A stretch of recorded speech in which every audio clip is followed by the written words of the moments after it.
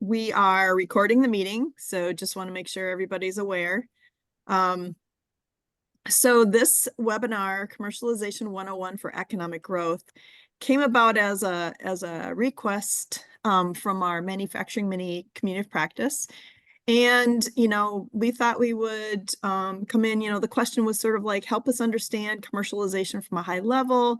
What's the process? How do companies, what does that mean for companies within our, coalitions or within our ecosystem that we're trying to attract? Help us just really understand that. And how does that impact, or what does that mean for economic growth? So I pulled in a couple of my colleagues here, Tyler Ovington and Amy Witzel. They are from RTI's Innovation Advisors Group, who works in technology commercialization.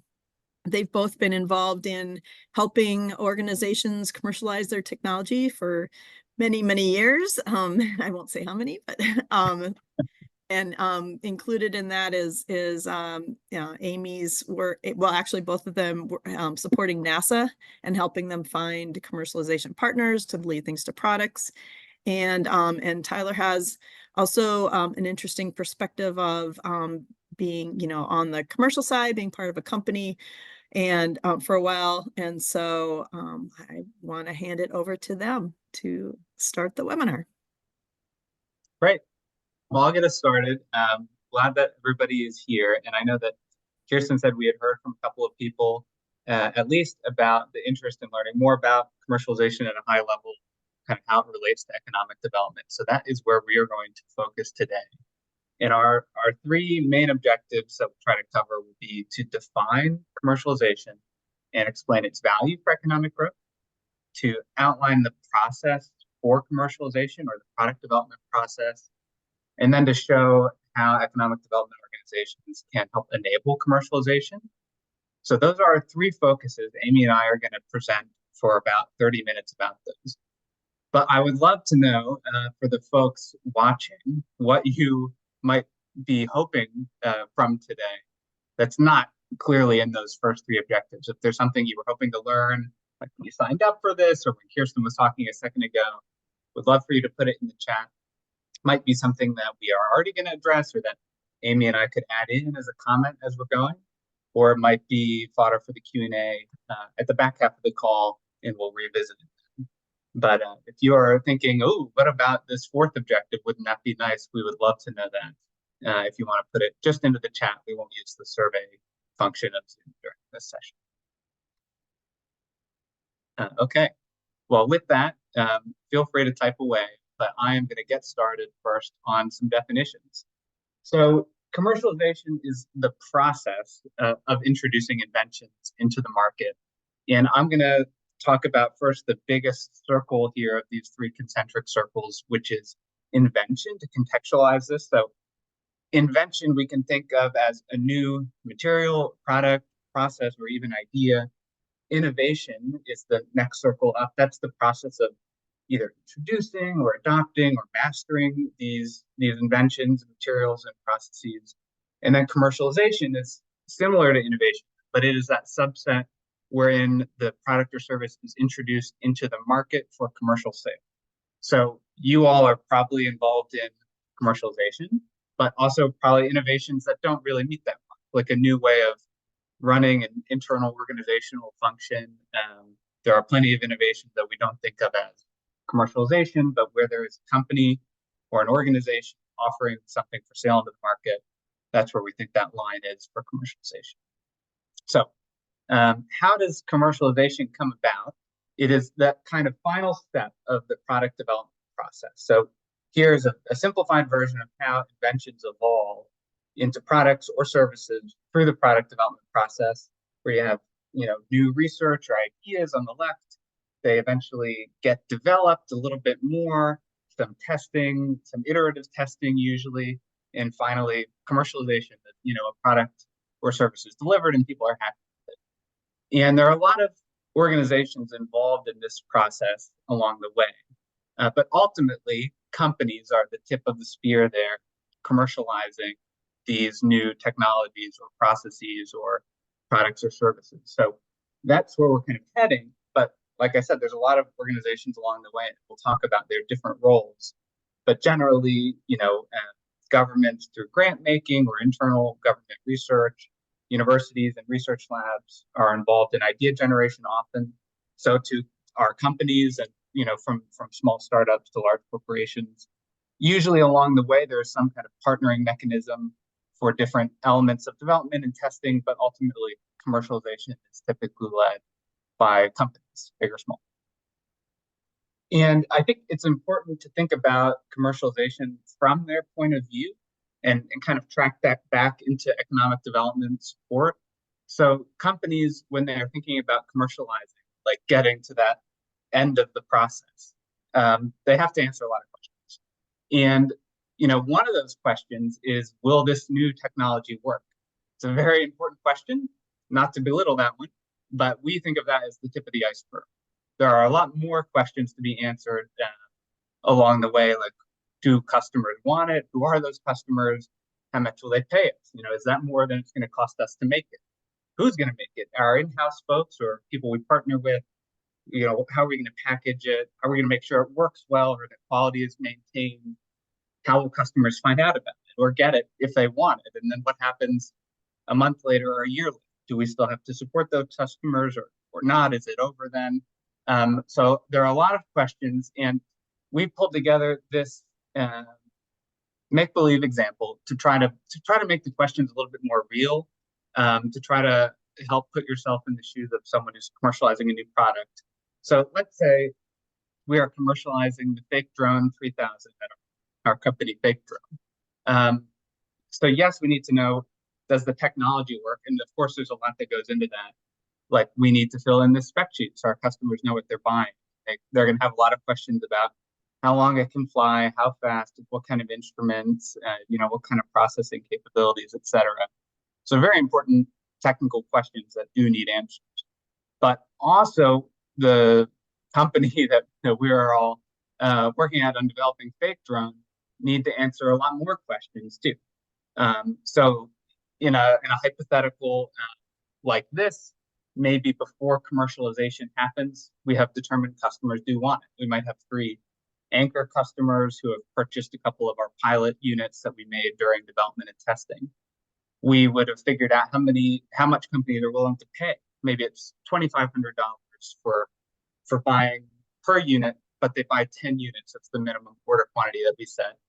Then we need to know how much it will cost to make. Importantly, we might have to make 100 at a time or 1,000 at a time. And like I said, let's say we have 30 units that our anchor customers are going to buy. We have way more cost than revenue in our forecast. So we have to figure out how to get comfortable with that kind of risk. So we need to figure out who will make it, who's going to make the key components, where it's going to get assembled, the packaging, the quality assurance. Are we going to flight test every single product? How long do we spend on that? How it gets to our customers, and then what happens later. We're offering warranties, software updates, other kind of support for drone data processing. So there are a lot of questions, and I think it's important to have at least awareness of these types of considerations, because it's not, ultimately the company leading commercialization is going to be the kind of master of these, or the owner of figuring out the answer and getting things done to answer confidently.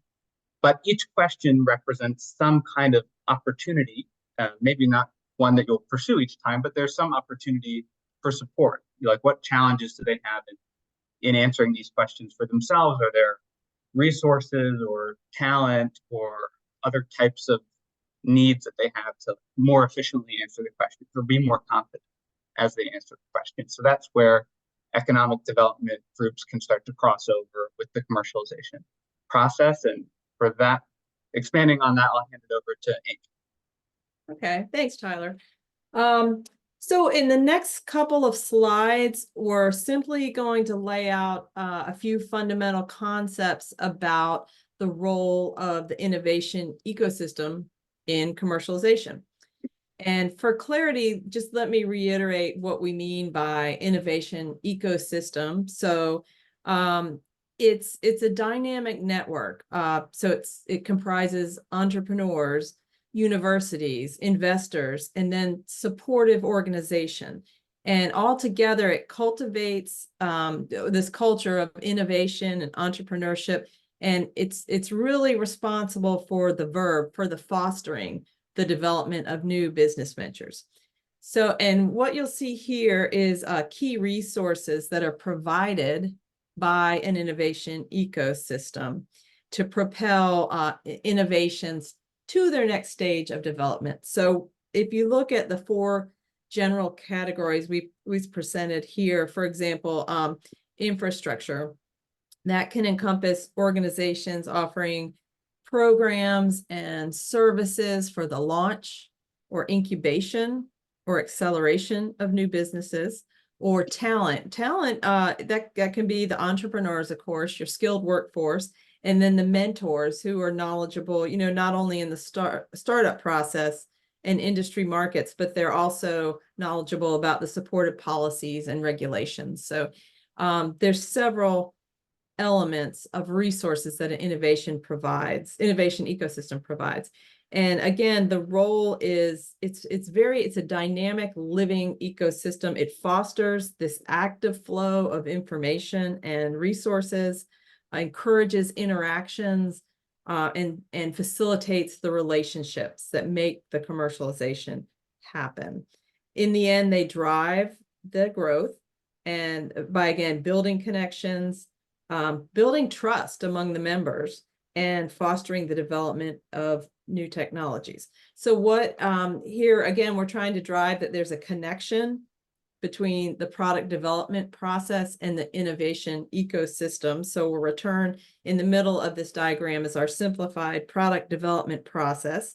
And you can envision that there's a multitude of products at the start on the left, but only a few that eventually get commercialized. And our point here is to emphasize that an innovation ecosystem plays a crucial role in the process in increasing those success numbers. So if you can, I can have the next slide. Okay. And as you're aware, of course, commercialization success has positive impacts on a region, like job creation and increased tax revenues. So if you have, for example, a technology, we have North Carolina people here, so we'll talk about non-woven. So you have a non-woven textile that's a new product and a company introduces it, so the company can hire more people and have increased sales to contribute to the tax base. That same textile, if it becomes instead the basis of a startup, there's some additional impacts related to bringing jobs into a community. So, for example, in North Carolina, we have a history of the textile and fabric production, and as those jobs have been outsourced, new textile products, say this non-woven, may align with workforce talents and help revitalize an area. And then in the long term, it's kind of nice if a region has an innovation ecosystem that's capable of helping commercialization, you can attract entrepreneurial talent, and that often leads to an additional startup, as in serial entrepreneurs. But first, before we go further, we've kind of introduced how we think the product development process is supported by innovation ecosystems, and we'd like to hear a little bit from you. So if you could utilize the chat function. So what we'd like to know, maybe just in a sentence, please share with us how your region or coalition is enabling commercialization, or if it's not, put that in there as well too.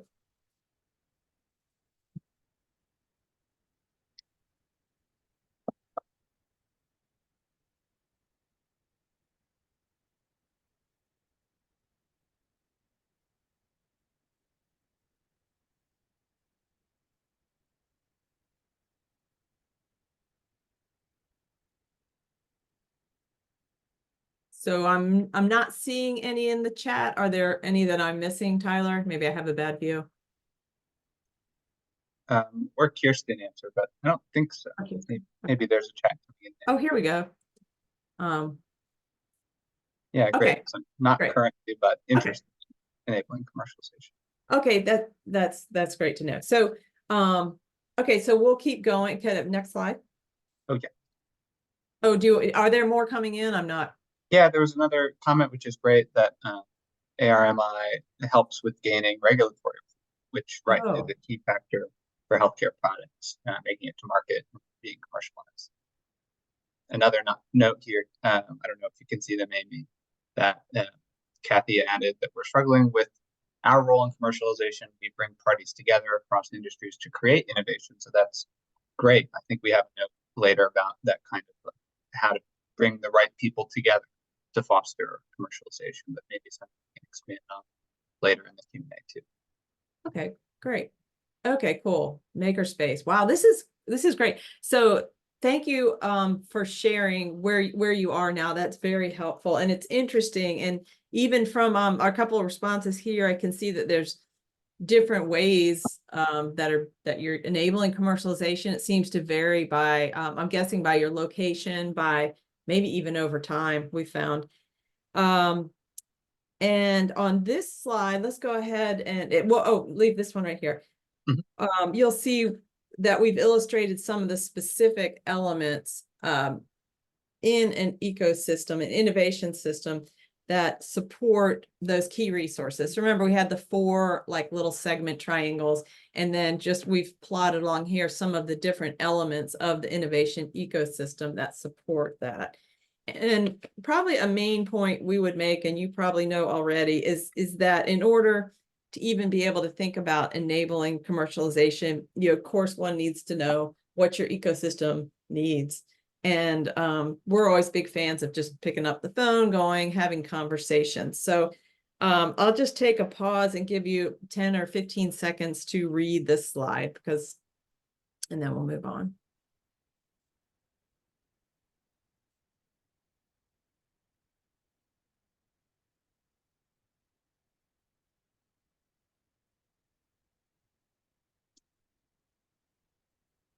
Okay, next slide.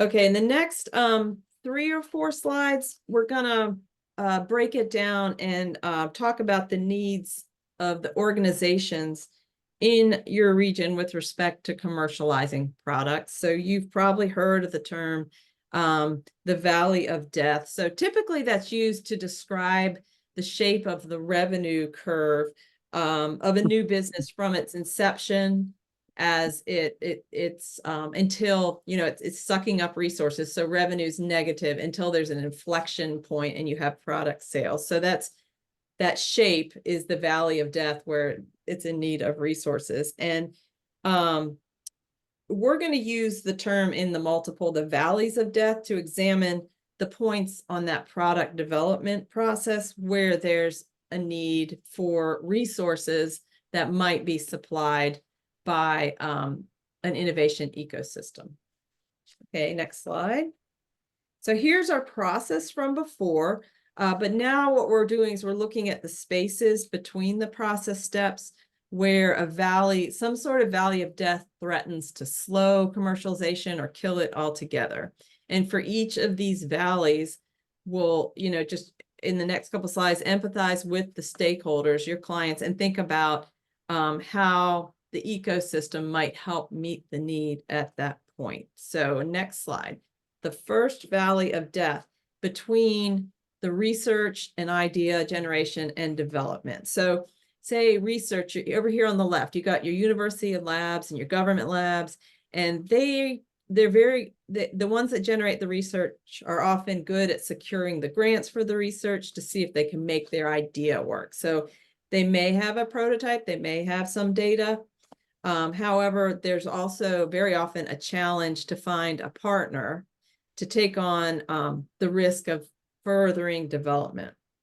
A first step might just be they have a technology, but they don't know who cares, who really cares on the outside. What's my value proposition? So maybe as a researcher, I have a new material that's some kind of a really good insulator. And inside a vacuum, it can really resist any kind of heat transfer. but I need help figuring out who really cares about that. Why is it better? How does it compare to what's already out there? And, what are the cost factors? There's a lot of information I don't know as a researcher.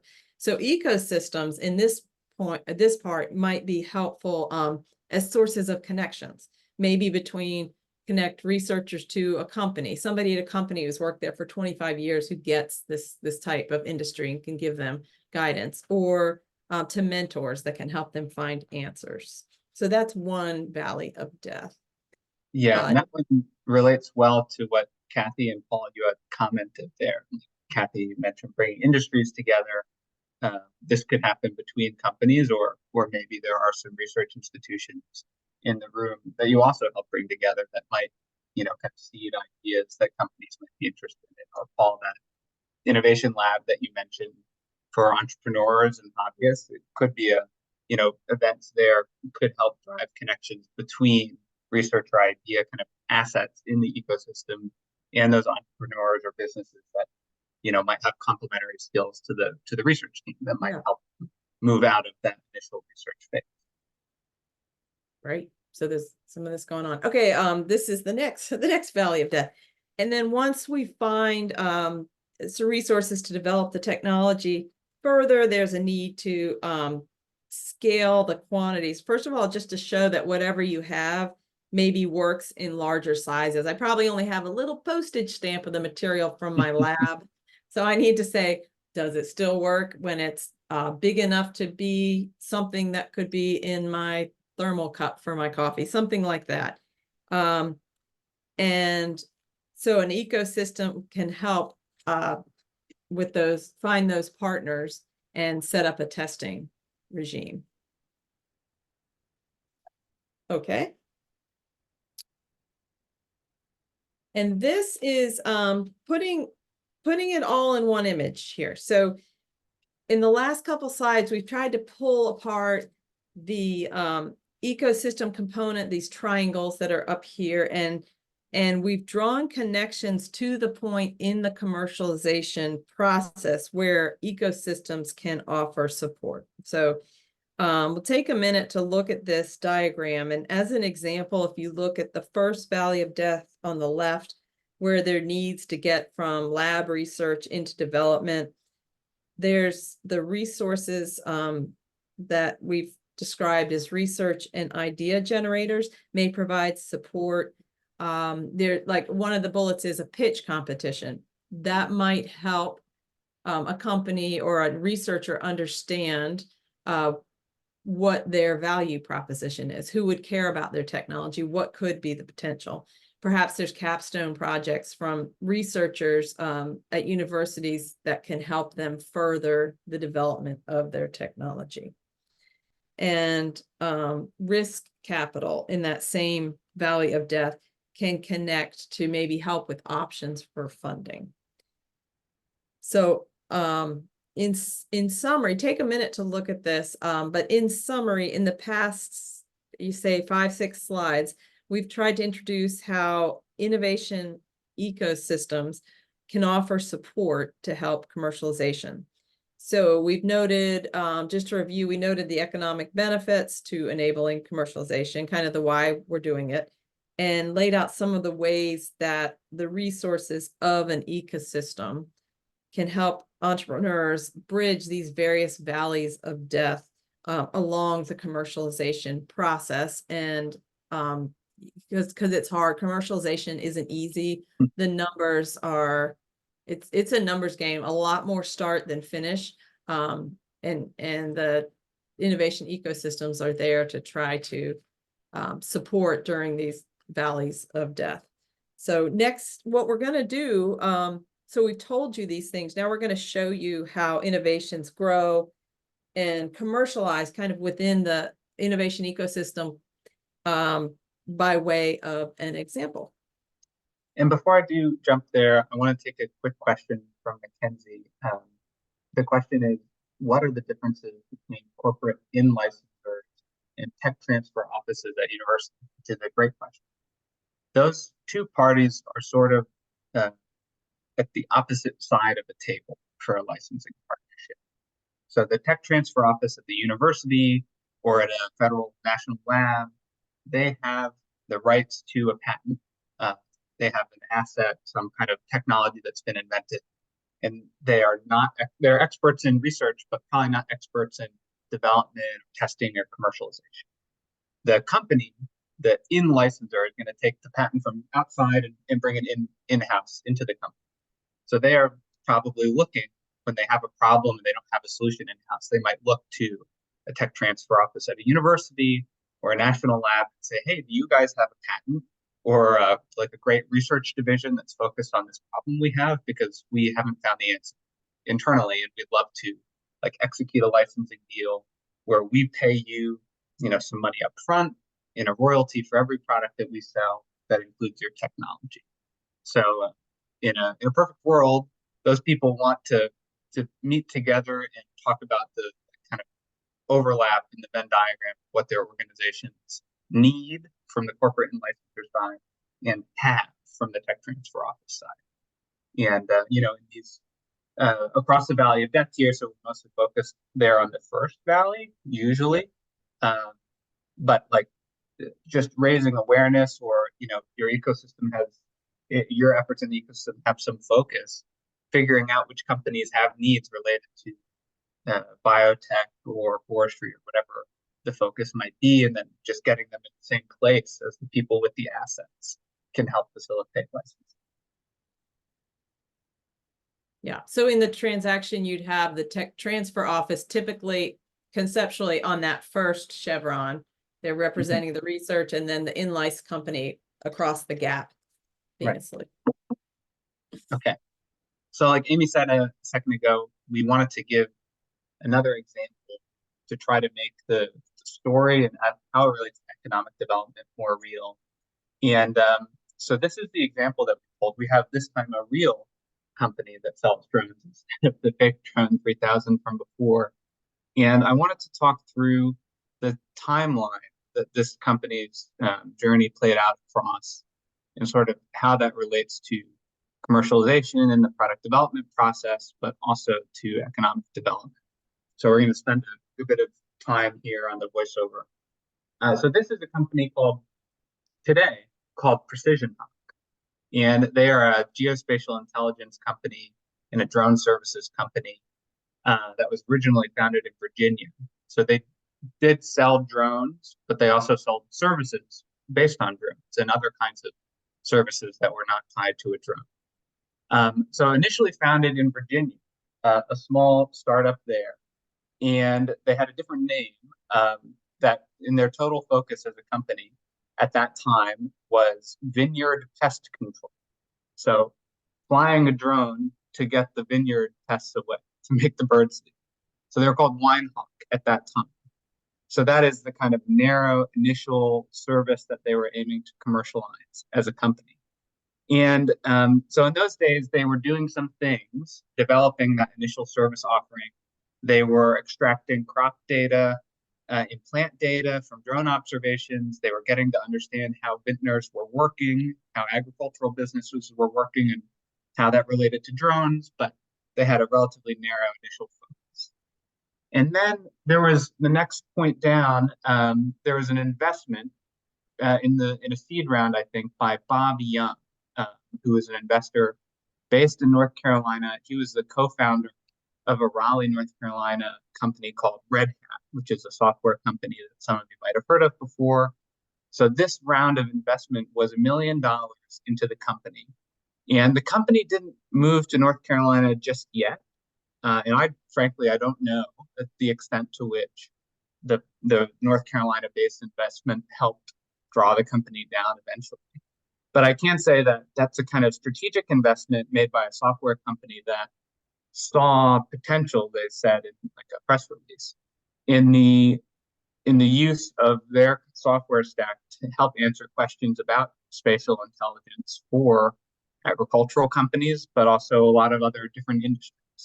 So this is the kind of one kernel of the innovation ecosystem here, a software company looking to scale up use of software in the spatial industry. So that was a key point of investment, started to grow.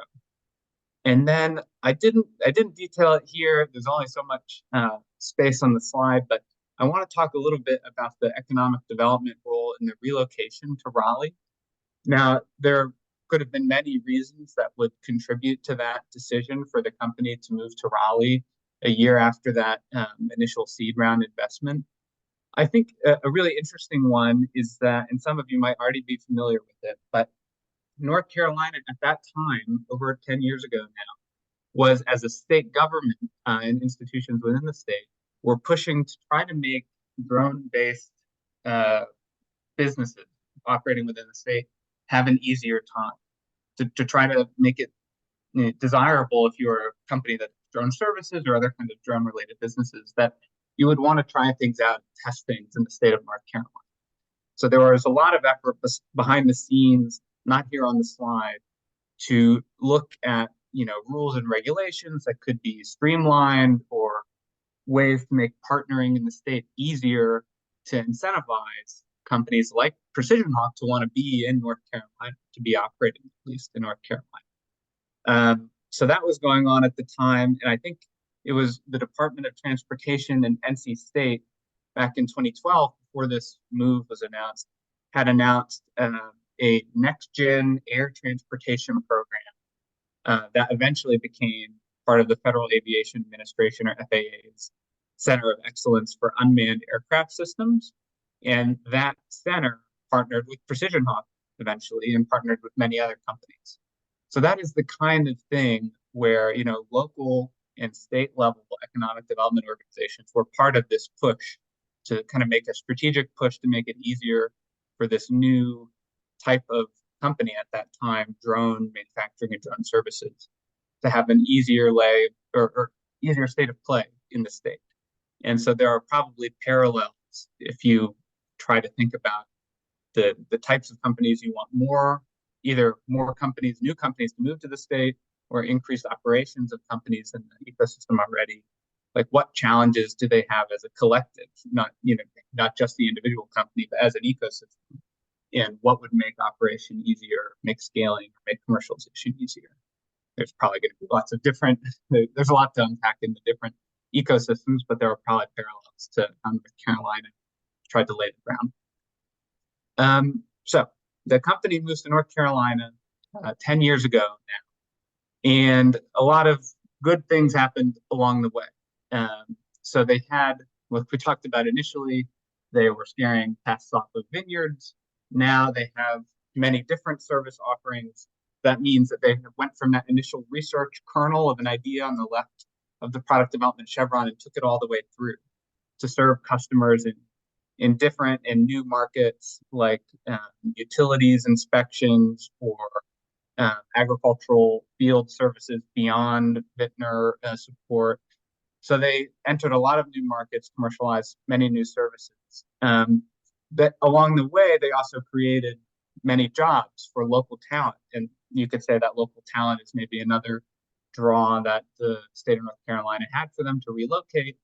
I think when I checked, they had over 100 staff recently, and that those staff include many students that graduated from North Carolina institutions, including UNC Charlotte, Chapel Hill, NC State, UNC Greensboro, and UNC Wilmington, and also a lot of veterans who had served in the U.S. military, which the state has a sizable footprint in.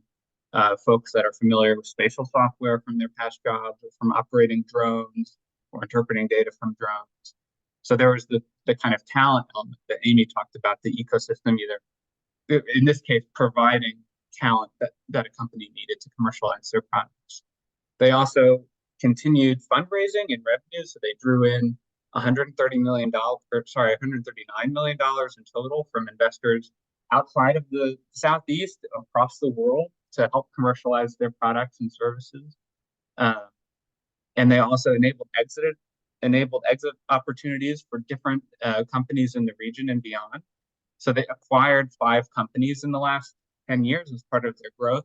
One of those was a software company in North Carolina. One of those was a drone services company, I believe, in Virginia, the state that they were founded in. So there is ties back here. There's reinvestment into the ecosystem where they were founded, into the North Carolina startup ecosystem that can help kind of like just similar maybe to Bob Young investment in this company, can help seed future commercialization efforts. And then finally, in March 2023, this company itself was acquired by Field Group that was seeking to increase their footprint in the US. So that is an exit opportunity like the ones I was talking about a second ago, where the people who made the initial, say, seed investments in the company or other investments along the way get their money back out, get a return on their capital. They can invest in new things. They're incentivized to invest in things like this in the future, or they can take lessons learned out of the project. But those are some ways along the way that the different stakeholders, the different providers of funding or developers of talent or companies receiving the services can benefit. And then the final step that I would add in here was that I think 8 months after the acquisition, there was announced that I saw in the news a new company founded in North Carolina, where the company had been operating for the last decade, founded by staff that used to work there in a kind of an adjacent industry in codeless software development for geospatial applications. And I think that is a great example of this kind of inertia in the innovation ecosystem that Amy was talking about. How you drawing in talent, they're developing through working in these industries, and that positions them well to start new ventures and further grow and shape the innovation ecosystem over time. So that's one longer example. I think that's all we wanted to present, unless, Amy, I forgot something that we should highlight. And otherwise, I think we can move into the Q&A and have Kirsten help us through either questions that have already been asked, or if you have one now about something we shared or something we didn't share, but it's your main question about commercialization, I think we'd love to hear any of those. So I think we can move over to that portion. Do it.